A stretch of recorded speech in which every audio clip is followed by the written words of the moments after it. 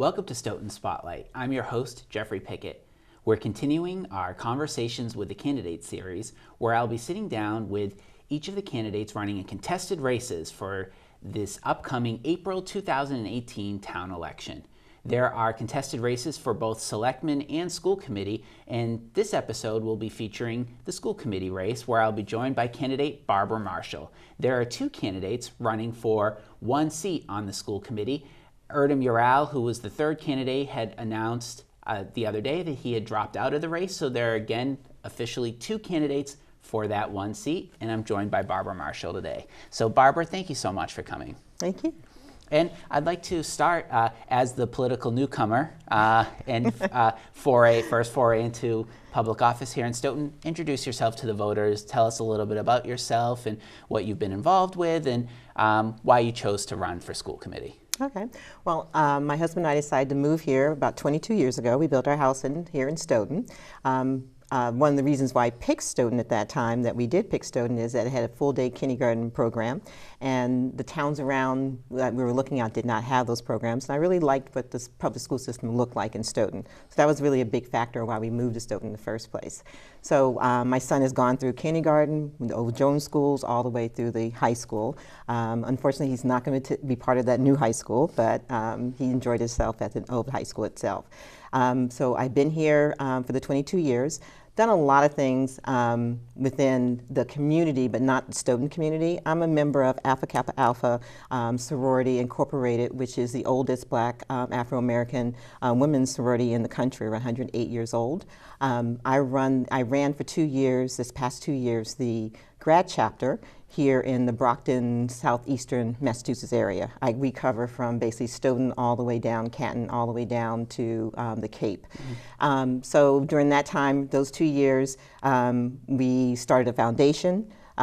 We improved our programs. We gave over 1,000 backpacks out. We raised money for food, for different things and so forth, and run all those kind of charity programs. So I was part of that and been doing it for over 10 years, but I was president the last 2 years. I was approached a few months ago, a couple months ago, asking if I would be interested in running for the school committee, and I hadn't really thought about it. So I looked into it, wanted to see what exactly the school committee did, what exactly were they looking at, and I thought it was something I'd be interested in. I don't see it as political. I guess maybe that's my mistake, but I don't see it political. I see it more as volunteering, and that's what I've been doing for a very long time, is volunteering, support services and things like that, helping the community. So to me, it's not so much political. It really is more volunteering my time and what my skill sets can I bring to the school committee to enhance the school committee and the public school system in Stoughton itself. So if we're filming today, February 28th. If you get your Penny Saver, you have a big back page ad in the Penny Saver in big bold print change. Right. So I'd like to discuss with you what you mean by that and what sorts of change you feel is needed on the school committee. Well, the little I've seen of it, I've gone back and looked at past meetings, looked at past minutes. I think it's more, what I see is more that the school committee needs to take more of a counting position, accounting for the superintendent or whatever areas they're responsible for.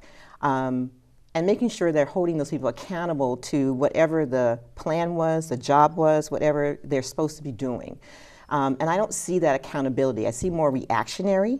And instead of really being ahead of the issues, they seem to be always coming up behind the issues.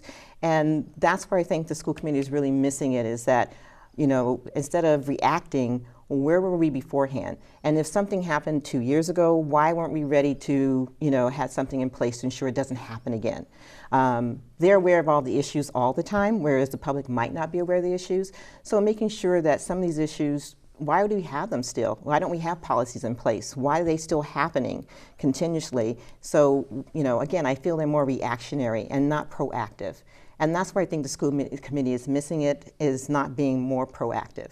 And also, too, holding people within their jobs accountable. If the superintendent has a plan, is she following the plan? How often are they really reviewing the plan, making sure they're on track with that plan? Those things. That's what I think needs to change, is that school committee needs to be very proactive in making sure whatever our focus is, for our public school system is that's what's happening in the public school system itself. Are there any specific areas that you've observed where you feel that you could either critique or present a change in terms of how the administration has handled some of the recent controversies that have arisen? I think most of it, since a lot of it is legal, and you can't discuss a lot of the issues itself, I think that's where, again, they need to be more open to the public, letting them know is that, no, maybe they can't give the details, but they can let them know this is what we're doing to ensure it doesn't happen again or that these things don't occur. I think that's where, again, they need to be more open in that and, putting information out there. No, they cannot give detailed information about something that's in a legal process, but they can support information saying what's happening, what they're doing on their part to ensure things don't happen. Now, obviously, school safety has been a very big issue, and it's very unfortunate that it's come to light again with the terrible events in Florida. But the Stoughton Public Schools are having a forum on the 19th of March to discuss this. I wanted to get your take on, your son went through the Stoughton schools, and granted it's a few years removed, to where you feel Stoughton schools are in terms of safety, and also just the importance the school committee can play in ensuring that our schools are safe.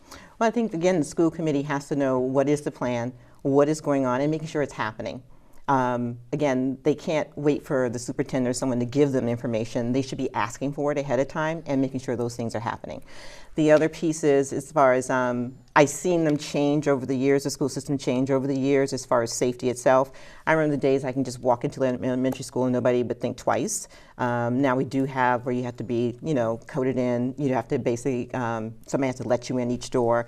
You've seen a lot of that in school. Even in the 4 years Jason was there, I saw a difference from his freshman year versus his senior year. And then I went by there, I think last year for something, and I noticed the same thing, that the security definitely is different than what it used to be. So definitely, you definitely see some improvements. Can we probably improve more? Probably. So I think that's where, again, what is that relationship with the police department and the school system, and what is the plan? And if something does happen, unfortunately, we do have to plan for it might happen. And also, what is the plan? And then I think the other piece of that too is how we react to, like if a child's doing Facebook or something in nature, how are we reacting to that? And are we truly reacting to it? And are we consistent in how we react to that piece of it? And I think that's where, I don't know, if we really do have that consistency in how we're handling those issues that come up between Facebook or hate emblems or anything of that nature. I don't see that consistency, really happening within the school.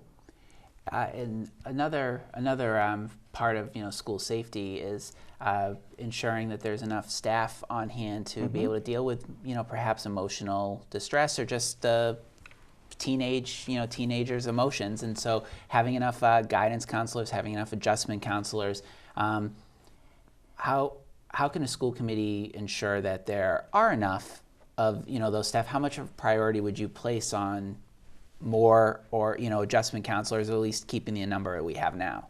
I think we do need to keep the number we have now, but also look at again, the qualifications to some of those and making sure they have all the right qualifications to be in those positions itself.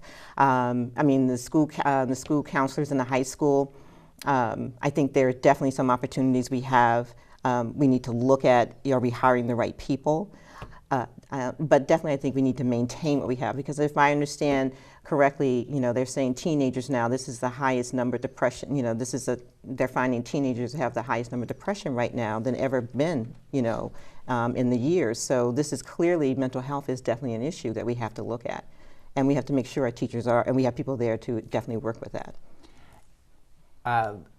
The boys achieving in school, there's been articles written about it lately. It's been a topic that has been discussed for a few years now, but I'd like to talk about male achievement in schools, and in terms of you just look anecdotally, and that there's less males being inducted into the National Honor Society, or less males finishing the AP top 10 of courses, yeah. top 10 of their class, or taking maybe honors classes, or finishing, placing at DECA competitions, or just any number of ways you can measure academic or success in the classroom. Is that a concern? Is that something that the school committee or just society in general can be doing to see that the boys aren't left behind, if that in fact is something that you feel is happening? I think that comes down, me having a boy, I know that's something we work very hard at to make sure Jason was always involved in academics, as far as, was he not being held back because he was a boy. He's technically a year behind most of the students because his birthday's in June. So we knew that, and we had to really work through that piece with him and work very hard to really keep him where he needed to be. I think sometimes teachers give up too soon. With some students too early, especially with boys, because boys tend to take it out aggressively, or they're not going to be quiet, where girls tend to just, go internal, where boys do not go internal. They're either going to be very active or very verbal what they're doing if they're not happy or something. But I think it's really something that, it's not all about the sports. I think it really is still has to go back to the parents. Parents have to also be very involved in order to make sure, if they have a son or a girl, that they have to be involved themselves to make sure their child's getting the education they should get in public school system. No matter how well we can set up the public school system, I still think a parent has to be very active and involved. I think the school committee can do some things, but I think the bulk of that responsibility does still come back to the parent.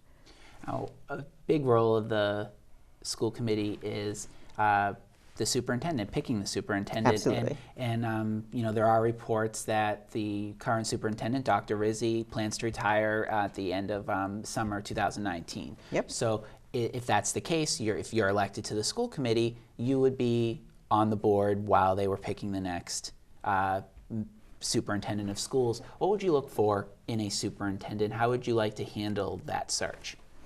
One, I think we'd like to look at, definitely have a committee doing it, but at the same time, someone that has the experience and with the issues that we're looking to do, to grow and develop in the Stoughton public school system. And that's why it's really important to know where we want to go in the public school system. So if we want to grow digitally or whatever it might be, someone that has that ability to take a school system from here to the next level.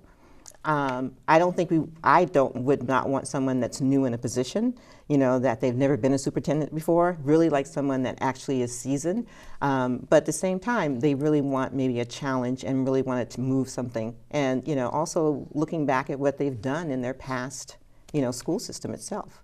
I would love to see a diverse, candidate, to make sure that we have some kind of mix, in the group, because right now our school system is about 30% to anywhere 40 to 30% diversity, to have some of that, making sure we're looking at all areas when we're looking at superintendent itself. And that's one of the reasons I was interested in it too, knowing that she is coming up to, she makes it clear she's leaving, so being part of that to leave Stoughton with something, whatever superintendent we pick is maybe making sure it's the right candidate and the right person, for the new position that's coming up.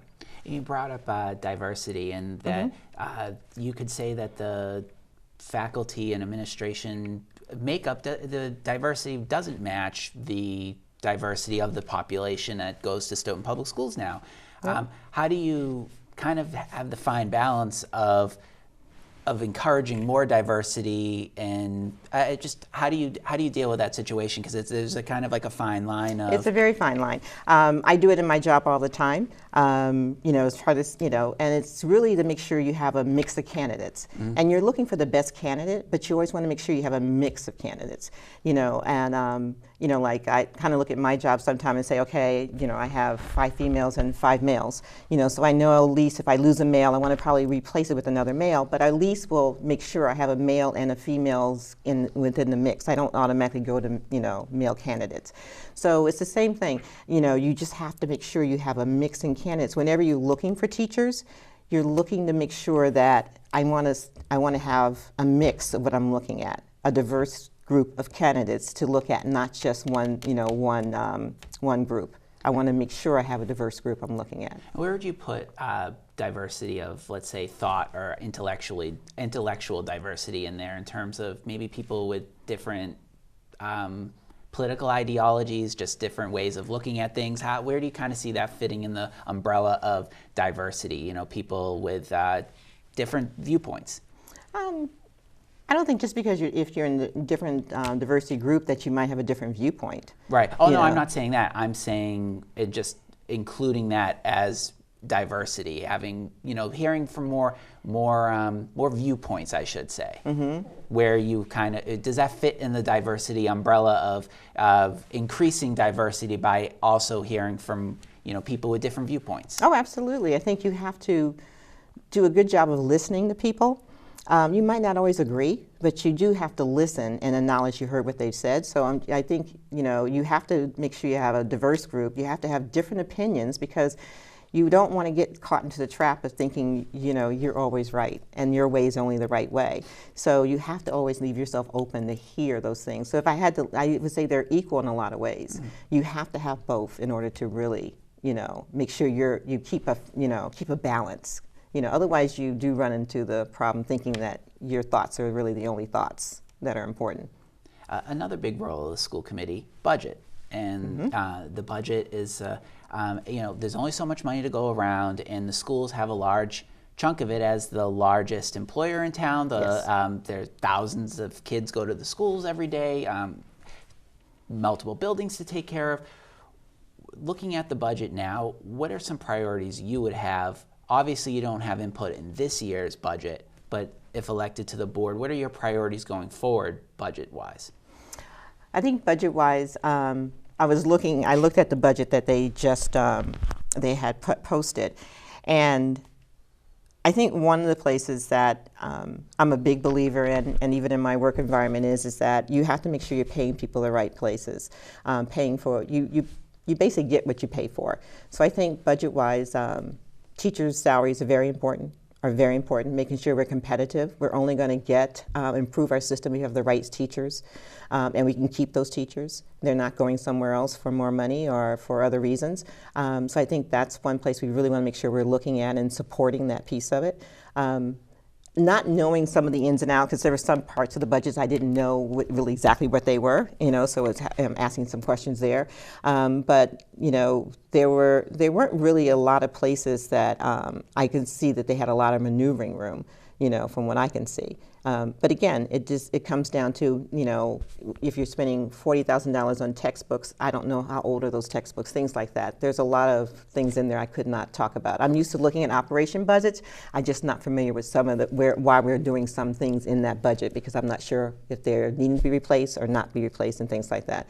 I noticed there's a lot of grant money that we've been able to move over and support, which is great. So again, maybe making sure we get a lot of that we still try to get that from the state to support some of those programs that we've been supporting in the past. My question would be but if we don't get that money, where are we going to get that money to cover that? So I have a lot of questions myself with some of the budgets, where some of that money is going to come from if we don't get money from the state in the future for some of those things. What do you feel about fees? That's always a hot button topic. And Stoughton charges fees to ride the bus, to participate in athletics, other mm-hmm. activities. What do you feel about the fee structure, and is there anything that can be done realistically in today's environment and with how cash strapped we are to fix that? I don't think so. Having paid the fees and I'm looking at it, I know they do make some accommodations based on income and things like that, which I think is good.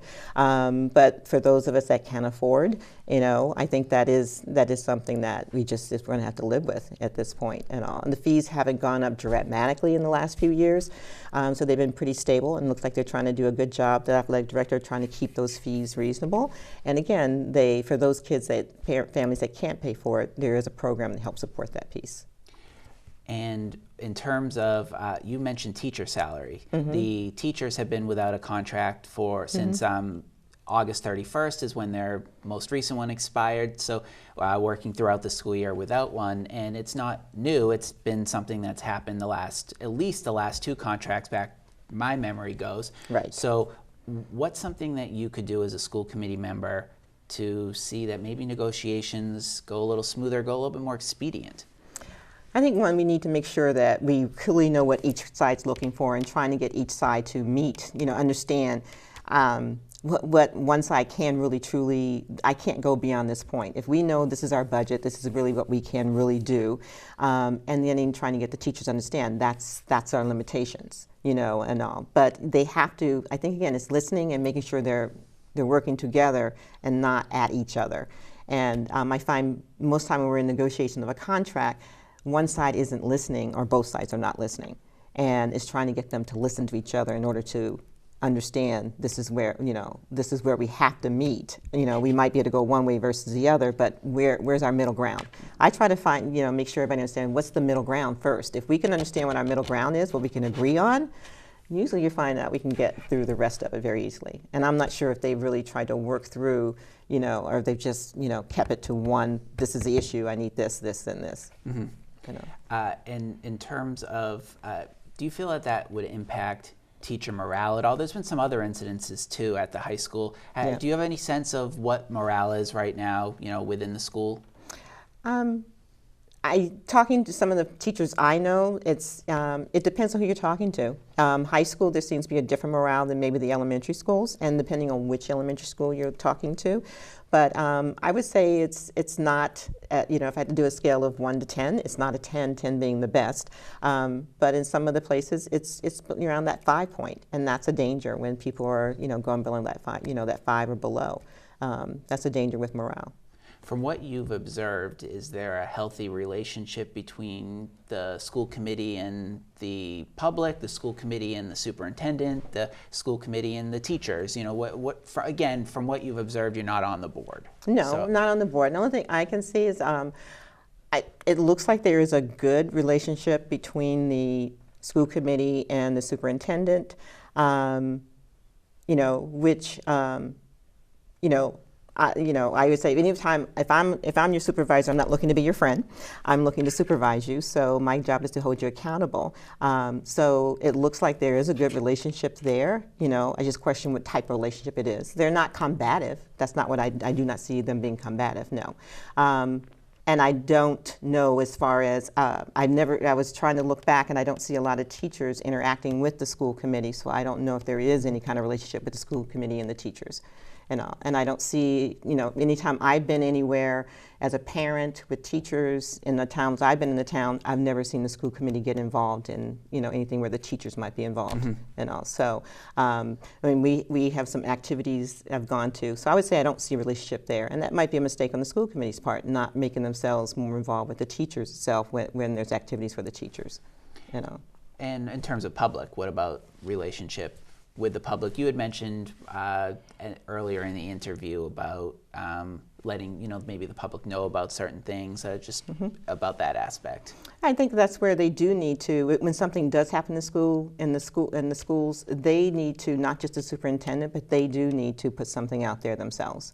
So that, separate from the school, yes, or in addition to? In addition to what the superintendent, hope is on the same, right. They should be on the same page, but I think it just helps the parents know, okay, you are aware of it, and you are doing something, not just the superintendent, so I think that's where they have to see, they should not see the school committee and superintendent as together. They need to see it as two separate entities, because the school committee is responsible for holding the superintendent accountable, so they cannot look like they're the same. Mm-hmm.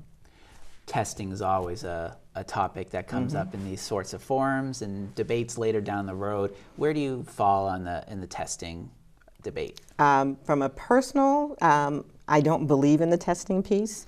I think testing is for that moment. You might be somebody that takes great at taking tests, and you might be someone that's not great at taking tests. I know we make accommodations for children that have a hard time due to special reasons for testing, but for personally, that is not something that I find that is really needed. I find teachers, when the MCAS and all that was coming out, I find teachers were teaching to the test, and that is not something that I think should be done. So what's an alternative to achieve the same goal of having a benchmark, a minimum standard that students are striving to meet, and how do you keep that benchmark while not having the test? I think if your teacher is doing the job they're supposed to be doing and we're validating that they're doing it, there is no reason for the test. You know, if my son can't read, you know, but he can get through a test, he has a hard time reading, but he can get through the test, I'm still not better off. Mm-hmm. But if the teacher is putting the energy in moving those pieces, then I'm going to see a result, you know. So so I think, you know, I don't have a perfect, you know, answer for that, but I think that it's just that the teachers are really truly doing what they can do to move that child and the parents involved. You know, you don't need the test. You know exactly where your child is. You know, but unfortunately, how you get state money, you get things like that, and you're rated is through a test system, and that's what has to change. Is up there. You know, is how do you validate that? Give me a couple of goals that you'd like to see either yourself or the board or the committee rather achieve if elected over the next 3 years. That we hire a great superintendent. I like to be really involved in that piece of it. That we hire someone that can really move Stoughton to a very, to another level in the public school system. And then the second thing is that that the school committee really becomes part of the community, in the sense of making sure that communicating and has a better relationship with the community itself. And so these half hours always go by pretty quickly. Yeah. And we're coming down to the final minute and a half or so. So I've given all the candidates an opportunity to make a pitch to voters as to why they should be, or you should be, their choice for school committee. Again, in this particular race, it's 2 candidates running for 1 seat. So why should you be their choice? One, I think I can bring a fresh look to the committee. Also to the fact that I have run, definitely programs like this in the past. So it wouldn't be like a big stepping stone for me to move into that. And then I just think that I can bring all my business background. No matter how you look at the public school system, it's a business in a lot of ways. And with my business background and the jobs I do, I think it just would be something that I can really, enhance the accountability piece of the superintendent and all the other positions that the schools committee also are accountable for. But making sure that, whatever goals we decide as a, school committee and superintendent to achieve in this public school system, that we really meet those goals. And the public is clearly aware what those goals are. And, and they hopefully hold us accountable to what we're looking to, move the public school system to. Well, thank you so much for joining me, and I want to thank you all for tuning in. Again, you've been watching Stoughton Spotlight, conversations with the candidates. Their contested races for both the selectmen and the school committee in this upcoming April 2018 town election. I want to take this time to remind you to go and vote in this April town election. I'm Jeffrey Pickette. Thank you for tuning in, and we will see you next time.